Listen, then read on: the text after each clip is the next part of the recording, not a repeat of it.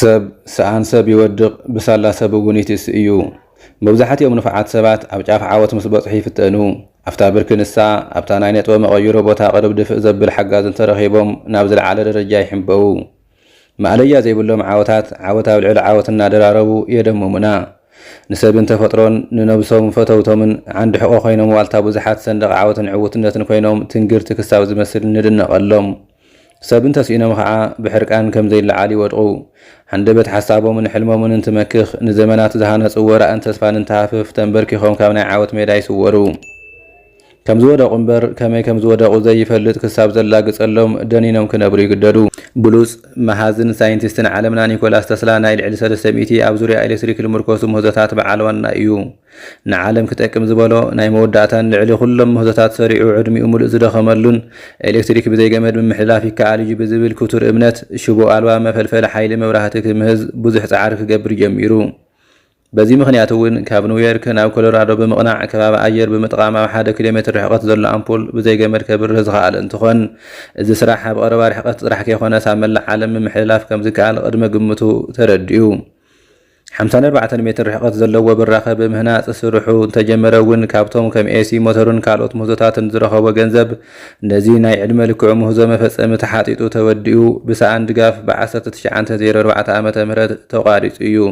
ብድሕሪዚ ይትረፍስ ሓሳቡን ምህዞን ዘተግብረሉ ገንዘብ ክረክብ ዕለታዊ ናብርኡ ከቢድዎ ካብ ሰባት ተነፂሉ ናይ ብሓቂ ዕረኽተይኒ ዝብለን ረጋቢት ክናመገበ ምውዓል ጀሚሩ ዝድግፎ ስኢኑ ዝተሓባበሮ በዓል ሃፍቲ ይኹን መንግስቲ ጠፊኡ ንኹሉ ጠንጢኑ ምስ ረጋቢት ክጻወት ክውዕል ጀሚሩ ተስላ ብትውልዱ ረኣዩን ባህጉን ዝቕበሎ ስኢኑ እንትበሽቕ እዚ ዘመን ናትኩም እዩ መጻኢ ግዜ ግና ናተይ እዩ ልብል ትንግርታውን ትምኒታውን ቃል ካብ መጽሓፍ ሓሊፉ ዝገብሮ ይነበረን ታሪኺ ቦቱ ዘጽንዑ ሰባት ካብ ዝሞት 70 ዓመታት ሓሊፎም እውን ዓለም ከበርክተላ ዝሓሰቦም ረቂቕቲ ቴክኖሎጂታት ንምቕባል ድልውቲ ኣይትመስልን ይብሉ ብርግጽ እውን ብቢልዮን ዝግመቱ ዓለምና ከም ዋዛ ትጥቀመሎም መዓልታዊ ንግልገለሎም መሳርሕታት ኤሌክትሮኒክስ ዓሻራ ሳይንቲስት ኒኮላስ ተስላ ኣለዎም ዘለዎ ሃፍቲ ሓጢጡ ንዓለም ይጠቅም እዩ ዝበሎ ፈጠራ ሽቦ ኣልባ መመሓላለፊ ኤሌክትሪክ ክሃንጽ ኣብ ጎቦታት ኮሎራዶ ኸቲሙ እዚ ምህዞን ዓለም ሁሉ ዝጠቅም እኳ እንተነበረ ቁም ነገር ቆፂሩ ዝከታተሎ ግን ኣይነበረን ሽዑዩ እቲ በሊሕ ተባዕ ተስፋ ቆሪፁ እዚ እኮ ሕልሚ ኣይኮነን እዚ እኮ ቀሊል እዩ ሳይንሳዊ ናይ ኤሌክትሪክ ምህንድስና ውፅኢት እዩ እዚ ተጠራጣሪ ድንጉፅ ዓይኑ ዝዓወረ ዓለም ክብል ሕርቃኑ ዝገለጸ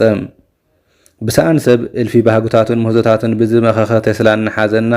ብሳላ ሰብን ዓለም ዘደንቑ ስራሕቱ ዘቕረበ ሓደ ውሩይ ሰብ ድማ ንረክብ ሌይሰል ሽሊንገር ዝተባሃለት ጸሓፊት ኣብ 12 ዓመቱ ኣሜሪካ ዝኣተወ ኣብ 21 ዓመቱ ዘስደምም ናይ ስእሊ ኤግዚቢሽን ከቕርብ ዝኸኣለ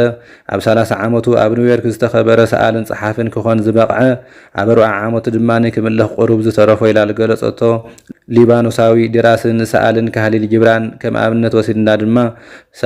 ንሰባት ከመይ ናብ ናይ ዓወት ሰንደቕ ክሰቕልዎም ከም ዝኽእሉ ንመልከት ካህሊል ጅብራን ኣቦኡ ብሰንኪ ቁማር መስተን ወልፍን ተኣሲሩ ናብ መሓይር ኣትዩ ኣዲኡ ሓላፍነት ገዛ ኣብ ዝዋና ወዲቑ ንጅብራን ሓዊሱን 4 ደቃ ከተመሓድር ግድን ኮይኑዋ ሰብኣያ ብሱስን ቁማርን ናብ ቤተ ማእሰርቲ ምውራዱ ድማ ኣሽሙር ዝፈልጥዋ ሰባት ገፃን ድባን ብጓህን ሕርቃንን ከንድዳ ጀሚሩ ዓለሻ ዝሓሸ ህይወት ሊባኖስ ሓዲጋ ናብ ኣሜሪካ ቀኒዓ ኣብ 19 ዓመቱ ንእሽተይ ሓፍቱ ስልጣና ብ14 ዓመት ካብዚ ዓለም ተፈልያ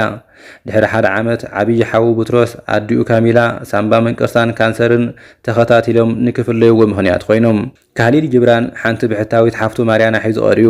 ብስነ ጽሑፉን ስእልን ዝተጸለለ ጅብራን በቶም ካብ ዝገበርካ ጌርካ ዶላር ምእካብ ጥራሕ ዝሓሳቦም ደቂ ዓዱ ሊባኖሳውያን ሰነፍ ጽሓፍኹ ኣነወኹ እናበለ ዝውዕል እናተባሃለ እንተተሓመየ እውን ሓፍቱ ማርያና ግን እንዳሰብ ተቆፂራ ክዳን እናሰፈየት ብሕታዊ ዝተረፈ ሓዋ ምክንኻን ስርሐ ኢላ ሒዛቶላ ነዚ ዓይኒ መርፍኡ ዝጠፍኦ ህይወት ንሓንሳብን ሓዋርን ክቕየር ሓደ ኣጋጣሚ ተፈጢሩ ብ1904 ዕውት ናይ ስእሉ ኤግዚቢሽኑ ኣብ ደይ ስቱድዮ ኣቕሪቡ ሽዑ ምስታ ብዕድመ ብ10 ዓመታት እትበልጾ ሜሪ ኤልሳቤጥ ሓስኬል ተላልዮም ሓዳር ከይፈተና ብገንዘብ ደግፋቶ ዝነበራ ተፈላጥነት ተጠቒማ ሞይኡ ክዕቢ ኩነታት ኣመቻችኣትሉ መጽሓፍቲ ብእንግሊዝኛ እንትጽሕፍ እንግሊዝኛ ክተቃንዕሉ ጀሚራ ኩሎም ናይ እንግሊዝኛ መጽሓፍቱ ኣርትዖት ንሳ ሰሪሓቶም ብ1908 ዓመተ ምህረት ፈረንጂ ገንዘባዊ ድጋፍ ብምግባር ኣብ ፓሪስ ንኣስታት 2 ዓመታት ስነ ስእሊ ክመሃር ገይራቶ ብዙሓት ንምግላጽ ክሳብ ዝጽግሞም ዓሚቕ ናይ ፍቕርን ክነትን ምሕዝነት ዝነበሮም እንትኾን ሓስኬል ሓዳር ምስ ገበረት እውን እዚ ምሕዝነቶም ጠጠው ኣይበለን። ጽኑዕ ምሕዝነቶም ን28 ዓመታት ቀጺሉ። ኤልሳቤጥ ሓስኬል ካብ ባዶ ወልዒላ ኣብዚ ሕዚ ዝፍለጠሉ ህቡብነት ኣብፂሓቶ። ብዓረብኛ 8 ብእንግሊዝኛ 11 መጽሓፍቲ ዝጸሓፈ ካህሊል ጊብራን